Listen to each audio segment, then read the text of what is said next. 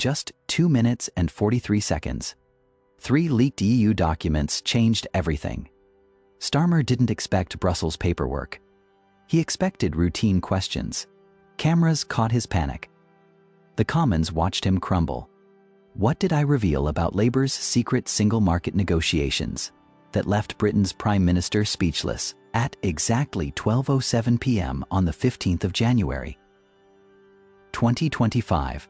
The House of Commons was about to witness the most explosive Prime Minister's questions since Brexit.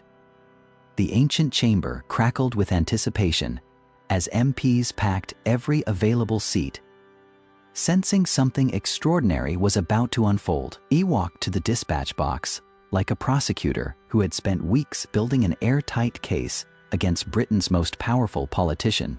Behind the government benches, Labour MPs whispered nervously, sensing their leader was about to face something more dangerous than routine parliamentary theatre. Across from me, Prime Minister Keir Starmer sat rigid at the dispatch box, his red folder of prepared answers suddenly feeling inadequate for what was coming.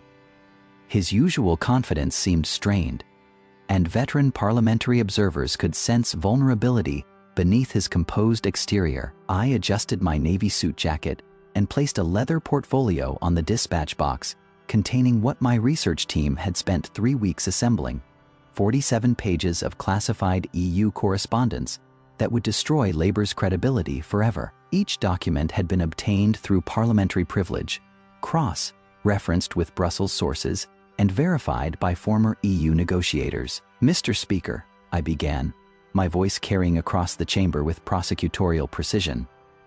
I want to ask the Prime Minister about his government's so-called EU reset and some very specific commitments that raise serious questions about Labour's honesty with the British people. The mention of specific commitments immediately put the government front bench on high alert.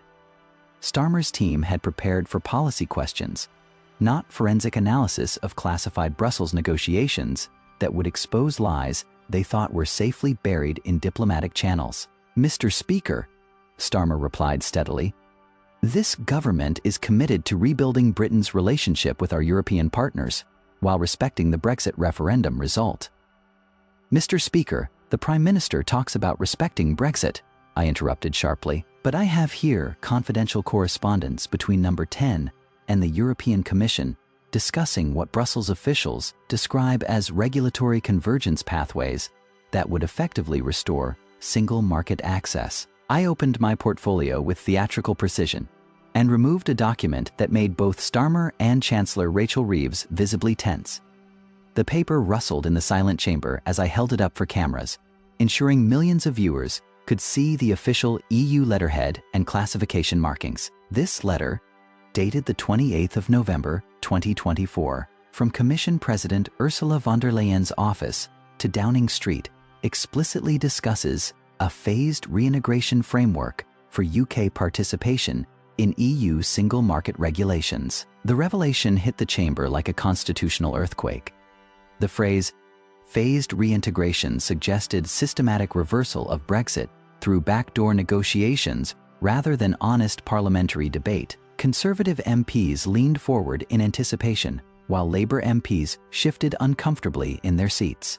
Mr. Speaker, Starmer replied, his voice now showing clear signs of stress.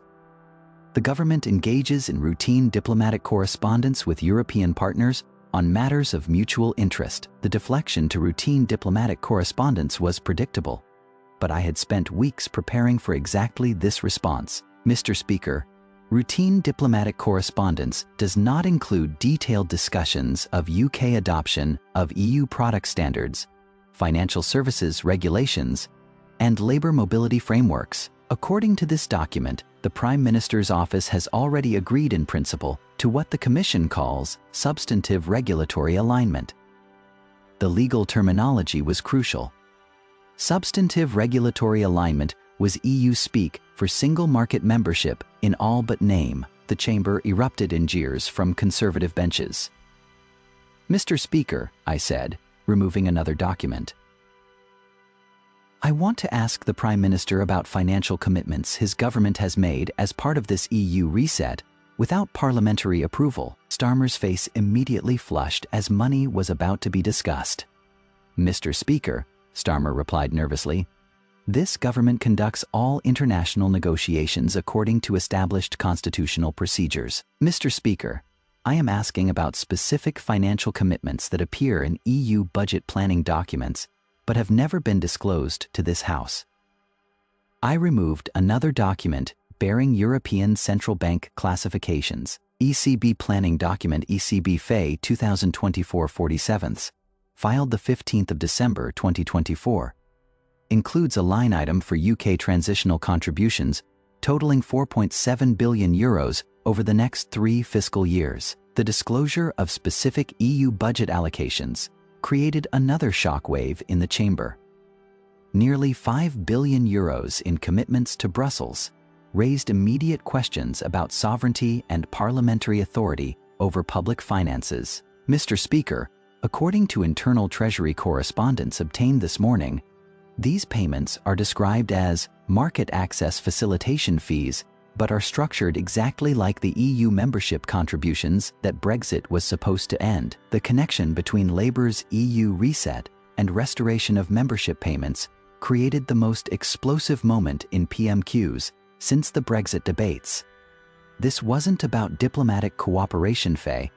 This was about systematic reversal of the referendum result through financial stealth at 12:09 p.m. Exactly 2 minutes into my questioning, both Starmer and Chancellor Reeves experienced simultaneous political panic as they realized the evidence against them was overwhelming, interconnected, and publicly documented on the parliamentary record. Starmer's hands shook visibly as he reached for his water glass, while Reeves fumbled through her briefing folder, looking for defensive talking points that could somehow explain away billions in EU payments without admitting to backdoor single market membership. "Mr. Speaker, this is a gross mischaracterization of normal diplomatic discussions," Starmer whispered, his voice barely carrying across the chamber despite the microphone system. "This government has made no secret commitments to European institutions. The denial was immediate but politically devastating. The qualifier secret directly contradicted the evidence I had just presented, showing detailed financial commitments that Parliament had never authorized or even debated. Mr. Speaker, these payments are scheduled to begin on the 6th of April, 2025. Each quarterly transfer of €391 million is designed to remain below parliamentary financial scrutiny thresholds." Meanwhile, Chancellor Reeves was experiencing her own constitutional reckoning. "Mr. Speaker, will the Chancellor confirm that Treasury officials have been in direct contact with ECB representatives about these fees without informing the Treasury Select Committee?" "Mr. Speaker, the Treasury engages with international financial institutions according to established protocols," Reeves replied weakly.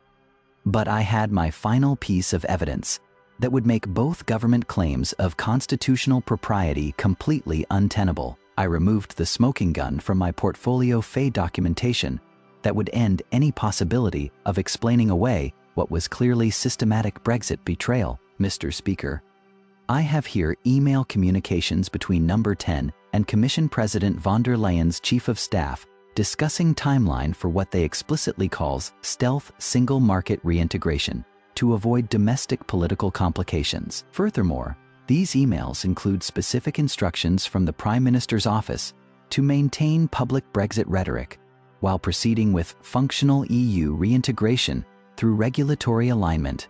The chamber erupted in chaos. Conservative MPs were on their feet shouting for resignation. Labour MPs sat in stunned silence. At 12:11 p.m., after exactly 4 minutes of questioning, both Starmer and Chancellor Reeves experienced complete political collapse. "Mr. Speaker," I concluded, "based on this evidence, this government has systematically deceived Parliament and the British people about their intention to reverse Brexit through backdoor EU negotiations." Speaker Hoyle called for an immediate suspension. "The House will suspend for 10 minutes while I consider the constitutional implications of the evidence presented." As cameras continued rolling, Starmer and Reeves remained motionless at the dispatch box, their constitutional authority destroyed. and their government's European policy exposed as systematic fraud. Within minutes of the PMQs' suspension, social media exploded. Brexit betrayal trended worldwide within 30 minutes, generating more constitutional controversy than any parliamentary session since the Brexit votes. The PMQs session became required viewing in constitutional law courses, demonstrating how parliamentary privilege and documentary evidence can expose governmental deception in real time. Sometimes the strongest weapon against constitutional fraud isn't political rhetoric. It is documentary precision perfectly timed. What happens when democratic lies meet constitutional evidence? Keir Starmer learned these lessons when forensic analysis revealed that some betrayals are too well documented to deny. This dramatized account is inspired by real constitutional tensions and political procedures. All dialogue and specific incidents are fictionalized for analytical and educational purposes, exploring themes of parliamentary accountability and democratic transparency in UK relations.